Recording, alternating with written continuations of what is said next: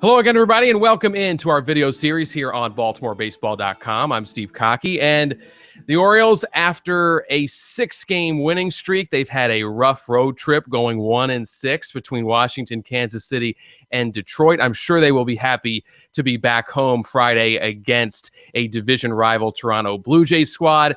And we are also happy to bring in our senior writer, Dan Connolly, to break all of this down for us. Hey, Dan, how are you? Good, Steve. I think the Orioles already broke it down, didn't they? I think they did, Dan. Well said there. So again, 1-6 on the road trip. All 6 losses by 1 run to make it just particularly frustrating for Orioles fans and the players front office alike, I'm sure. How do you assess where this team is right now, Dan, following this road trip? Should Orioles fans be concerned with where this group is right now? They shouldn't. I mean, obviously, a 1-6, road trip, as you call it, if you include the 2 games or 1 game really in Washington, is terrible, and that's not what you want. But they got outscored 45-41 and won just 1 game.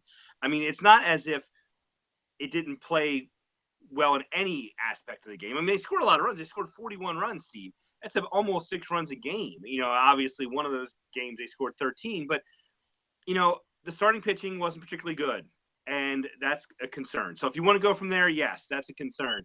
The bullpen, without Zach Britton, everybody's had to kind of move up one, and I think the fact that they only had 6 men in the bullpen, I think that kind of wore on them, and I believe that now with the 7-man bullpen, they'll be a little bit better on there. So am I concerned? Not really. It's baseball. I didn't think they were as good as the start, and I don't think they're certainly as bad as right now.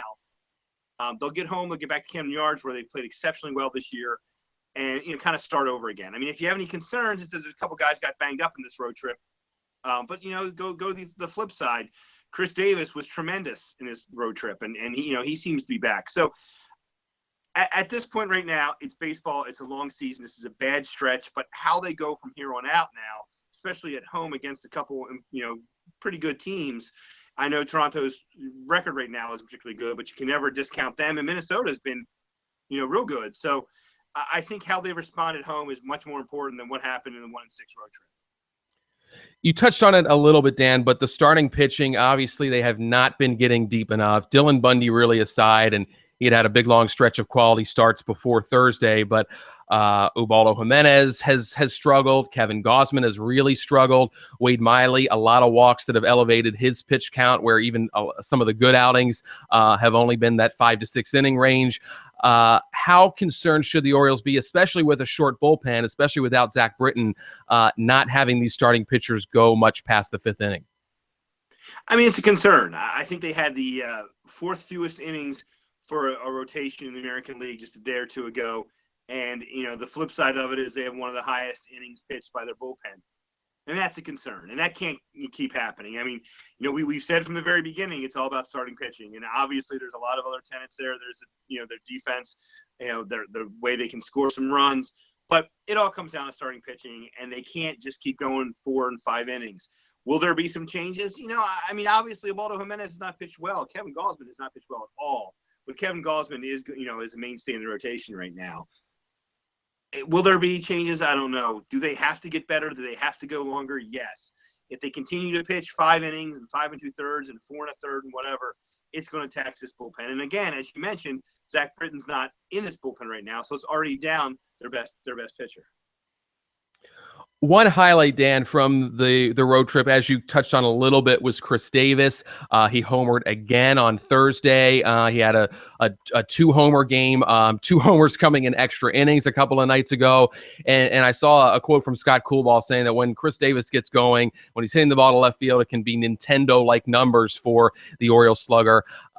Very encouraging to see his bat coming alive. He really started off early April pretty strong, then hit kind of a rough stretch, and now he is just on an absolute tear. I said about a week ago or so that, when this guy gets hot, he can carry a team, and we're seeing that right now. And it's funny, I had a conversation with Coolball in spring training, and I asked him, when Chris Davis is in a slow spot, when he's struggling, and you see him go opposite field home run, is that the light switch? Because that's what it looks like to me, and in covering Davis for a while. And he laughed and he said, it shouldn't be, that it shouldn't necessarily be the thing, but yeah, it shows that he's kind of waiting longer. He's got his bat head in the right spot. He's kind of, figuring things out a little bit. So even though that shouldn't be necessarily the thing, it is a sign. And so when he hit a home run to left field, to kind of start in the middle of this road trip, the beginning of this road trip, I thought, wait a second, here we go, maybe. And sure enough, he started, he's crushing the ball now. So he's very, very streaky, and you have to ride out those terrible streaks to get to the good streaks, unfortunately. But when he's on, Chris Davis is one of the best hitters in baseball, period. He certainly is, Dan. Wrapping this up, a couple of injury updates. Zach Britton, obviously on the DL and will be out for an extended period, but he started throwing again. Manny Machado missed a game on Thursday. Seth Smith had a bit of a scare late in that game as well. Give us a couple of injury status updates before we let you go. Yeah, well, as far as Britton's concerned, last Monday when he went and saw a doctor, they said probably 10 days before he could have a catch again, could do just basic throwing. And today, Thursday, he had that catch. So it's basically good news for the Orioles, because that's kind of exactly what Zach Britton thought the situation would be. So right now he's just online. I mean, we'll see how long it is, whether it's 45 days or more or less. But I think they feel like this is when it was supposed to be, 10 days, and that's when it happened. So that's encouraging in that end.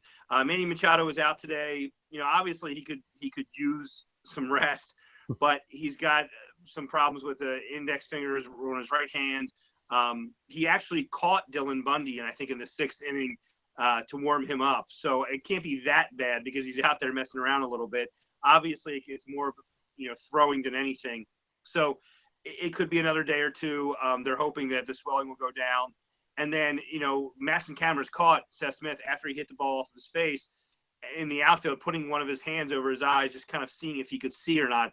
Obviously, there's blurry vision there. Hopefully that's not a sign of concussion. So we'll see what happens. So I think tomorrow we'll get a lot of injury updates and kind of see where it is, and whether Machado is in the lineup or Smith, and kind of see what happens from there.